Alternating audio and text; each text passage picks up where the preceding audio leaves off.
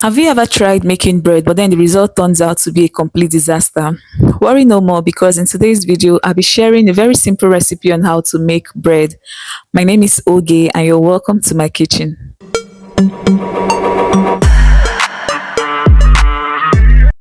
Let's get started. I'll start with activating my yeast. This is instant yeast, but I still love to activate.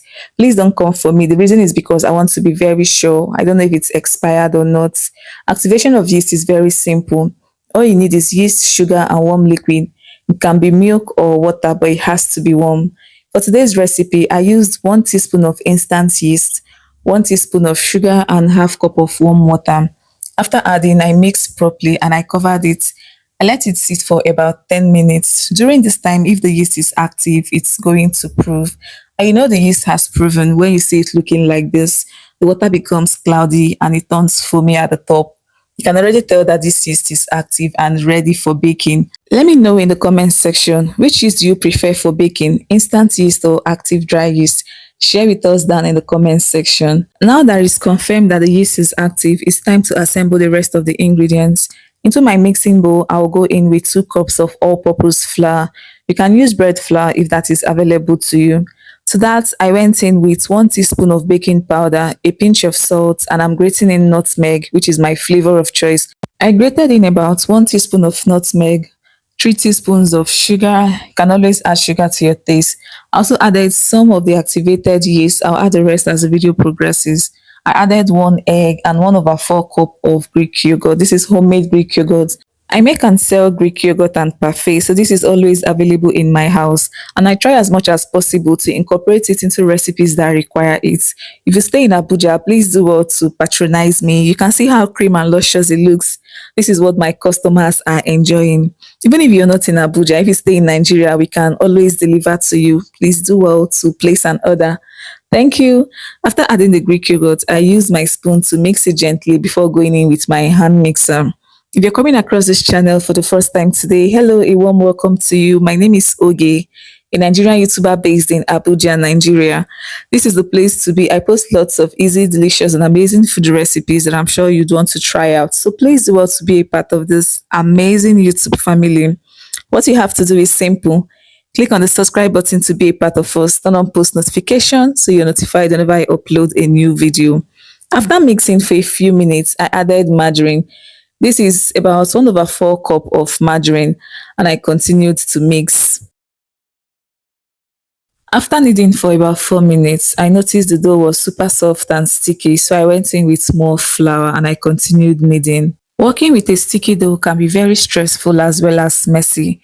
I recommend you go in with some flour if you notice your dough is very sticky to improve the texture. And if it's so hard, you can add warm liquid. It can be milk or water, but it has to be warm.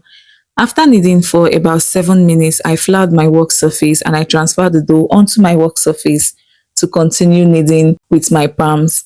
I'll knead this for a few more minutes until the dough becomes very smooth. This should take about 5 to 7 minutes. 5 minutes later, and this is what the dough is looking like. I'll proceed to oil my pan and transfer the dough into the oiled pan. Cover it and keep in a warm place. I usually place this inside my microwave because it is dark and warm. Please note that I do not turn on the microwave. I just keep it in there because it's very warm. And I let it sit for about 10 minutes, during which time the dough will double in size. So I always recommend you use a bowl or a basin that will be big enough to contain the dough once it doubles in size. 10 minutes later, and this is what we have. You can tell that the dough doubled in size. I gave the dough a gentle purge to remove air bubbles and also to reduce it to its original size. If you look closely, you'll notice that I applied vegetable oil to the back of my palms. This is just to prevent the dough from sticking to my palm. I transferred the dough onto my work surface and I sprinkled a little flour. I'll knead this further until it becomes very stretchy. If you want to achieve the perfect texture for your bread, then your bread has to be very stretchy, almost elastic. This took about 5 minutes. I hope you're enjoying the recipe so far. Now, this is what I mean when I say Your dough has to be very stretchy and elastic. Can you see what I'm doing? If you can knead your dough and get it to be as stretchy as the one showing on your screen, then you've gotten the right texture. So the next step is to prepare the dough for the oven.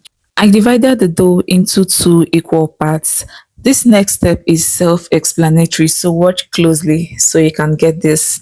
I roll the dough further. I use my hands to spread it for a few seconds, and then I use the rolling pin to roll it out also for a few seconds. Using the rolling pin is optional. You can just use your hands to spread it out. I rolled out the dough for a few seconds and I switched to using my hands. This step is self-explanatory, so watch closely and you understand. Fold the dough, tuck it in, roll and continue the process. Roll the dough, like fold it, tuck it in and continue the process.